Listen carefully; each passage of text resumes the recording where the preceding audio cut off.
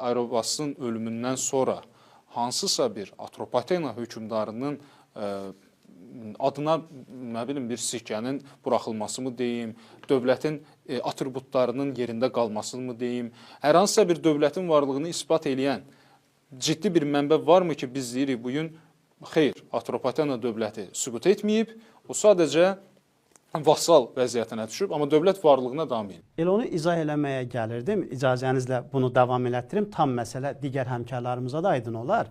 Deməli, bu zaman məlum oldu ki, əslində eramızın əvvəllərində Parfiyada baş verən hakimiyyət uğrunda mübarizə nəticəsində Parfiya hökmdarı öldürüldükdən sonra Atropatena hökmdarını, ikinci Artaban idi. Əvvəllər bu səhvən üçüncü Artabanda gedirdi. Artıq müasir tarixşünaslıqda bunun ikinci Artaban olduğu dəqiqləşdirilib. İkinci Artaban, yəni fikir verin, burada Areopagos'un adı da çəkilmir. Həmin vaxtda hakimiyyətdə olan Atropatena hökmdarı ikinci Artaban Parfiyada hakimiyyətə dəvət olunur.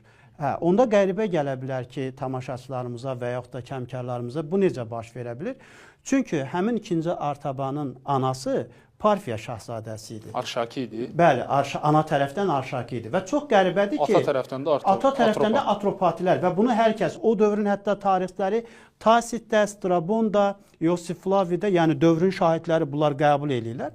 Amma düzdür, bunun yanaşmasında bir sıra fərqlər var.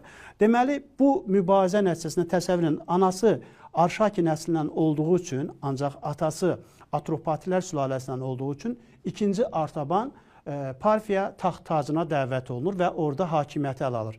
Öz kiçik qardaşını isə Atropatena hökmdarı təyin edir və beləliklə Atropatena dövləti Parfiyadan asılı vəziyyətə düşür. Ümumiyyətlə... Amma bir dəqiqə, burada sadəcə Atropatena dövləti nəinki Parfiyadan asılı vəziyyətə düşür, yox. Atropatena dövlətinin şəhzadəsi, rəhbəri, hökmdarı üst qurum sayılan elə bil ki, Parfiya dövlətinin kralı olur. Əslində tərsindən düşünsək, Atropatilər sülaləsi Parfiyada hakimiyyətə gəlir.